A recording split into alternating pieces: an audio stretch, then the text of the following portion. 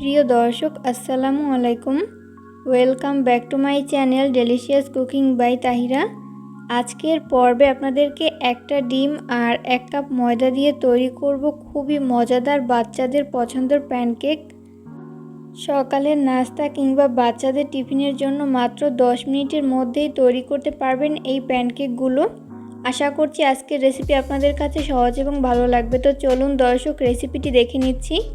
প্রথমে একটা mixing bowl নিয়েছি, এরপর এই বোলের মধ্যে ব্যবহার করব রুম টেম্পারেচারে থাকা একটা ডিম যদি ফ্রিজে থাকে সেক্ষেত্রে রুমের স্বাভাবিক তাপমাত্রা এনে তারপর ব্যবহার করতে হবে। এরপর ব্যবহার করব 1/2 কাপ পরিমাণ চিনি স্বাদ অনুযায়ী বাড়িয়ে কমিয়ে অ্যাড করতে পারেন। এরপর ব্যবহার করব স্বাদ মতো লবণ।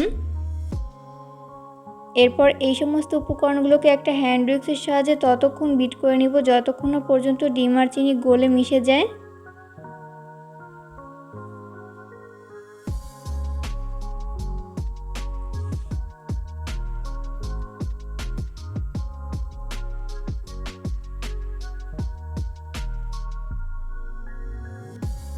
তো বিট করতে করতে একটা পর্যায়ে দেখা যাবে যে ডিম আর চিনি খুব ভালো মতো গলে মিশে গেছে। তো এই পর্যায়ে আমি এর মধ্যে শুকনো উপকরণগুলো ব্যবহার করব, আর এগুলোকে অবশ্যই চালনির সাহায্যে চেলে নিতে হবে। ব্যবহার করছি মেজারমেন্ট কাপের 1 কাপ পরিমাণ ময়দা, চাইলে ময়দার পরিবর্তে আটাও ব্যবহার করতে পারেন। এরপর ব্যবহার করব 2 টেবিল চামচ পরিমাণ গুঁড়া দুধ, 1/2 চামচ পরিমাণ বেকিং পাউডার, এখানে অবশ্যই বেকিং পাউডার ব্যবহার করতে হবে। তো এরপর এগুলোকে আমি চেলে নিচ্ছি। তো চেলে নেওয়া হয়েছে। এরপর ব্যবহার করব মেজারমেন্ট কাপের 1 কাপ পরিমাণ লিকুইড মিল্ক। এরপর এই সমস্ত উপকরণগুলোকে হ্যান্ড উইক্সের সাহায্যে খুব ভালো করে মিশিয়ে নিব।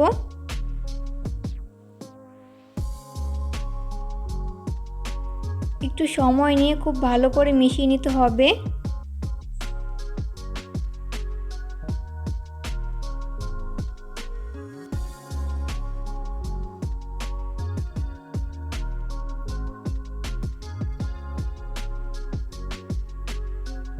বিট করে নেওয়া হয়েছে। এই পর্যায়ে আমি এর মধ্যে ব্যবহার করব 1 টেবিল চামচ পরিমাণ সয়াবিন তেল, খুবই সামান্য পরিমাণ ভ্যানিলা এসেন্স, চাইলে ভ্যানিলা এসেন্সের পরিবর্তে এলাচের গুঁড়াও ব্যবহার করতে পারেন। এরপর আবারও হ্যান্ড উইক্সের সাহায্যে খুব ভালো করে বিট করে নিব।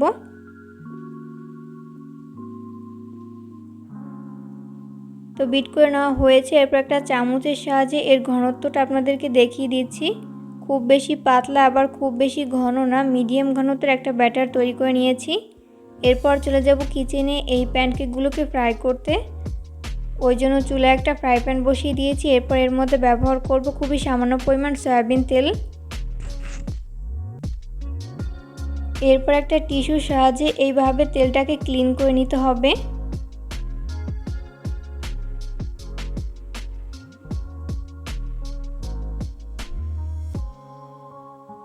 এরপর আমি এর মধ্যে 1 চামচ পরিমাণ ব্যাটার দিয়ে দিচ্ছি।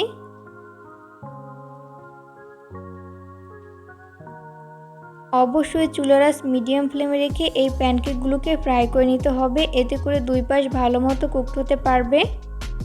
কোনোভাবেই চুলার আঁচ হাই ফ্লেমে রেখে এই প্যানকেকগুলো ফ্রাই করা যাবে না, সেক্ষেত্রে উপর থেকে কালার চলে আসবে, তবে ভেতরটা ভালো মতো কুকড হবে না। 1 মিনিট পরে এক পাশ ভেজে নেওয়া হলে আমি উল্টে দিব অপর পাশটি ভেজে নেওয়ার জন্য।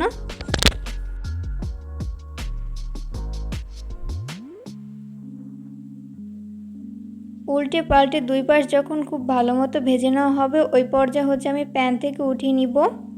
তো আপনাদের বোঝার সুবিধার্থে আমি আরও একটা প্যানকেক ভেজে দেখাচ্ছি।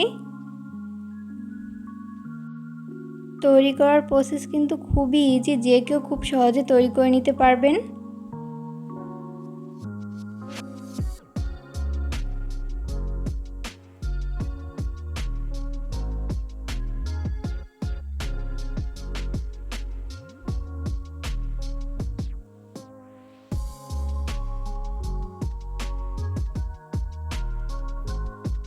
তো এই পর্যায়ে আমার সবগুলো প্যানকেক ভেজে উঠিয়ে নেওয়া হয়েছে। আমি এগুলোকে একটা নাস্তার প্লেটে তুলে নিয়েছি।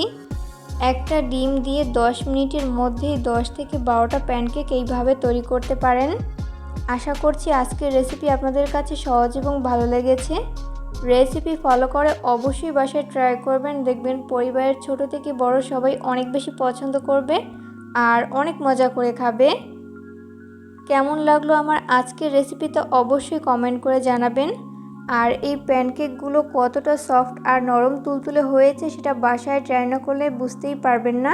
আমি একটা প্যানকেক আপনাদেরকে ছিঁড়ে শেয়ার করছি যে এটা কতটা পারফেক্ট হয়েছে।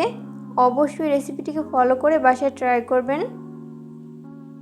পরবর্তী ভিডিও দেখার আমন্ত্রণ জানিয়ে আজকের মতো এখানেই বিদায় নিচ্ছি।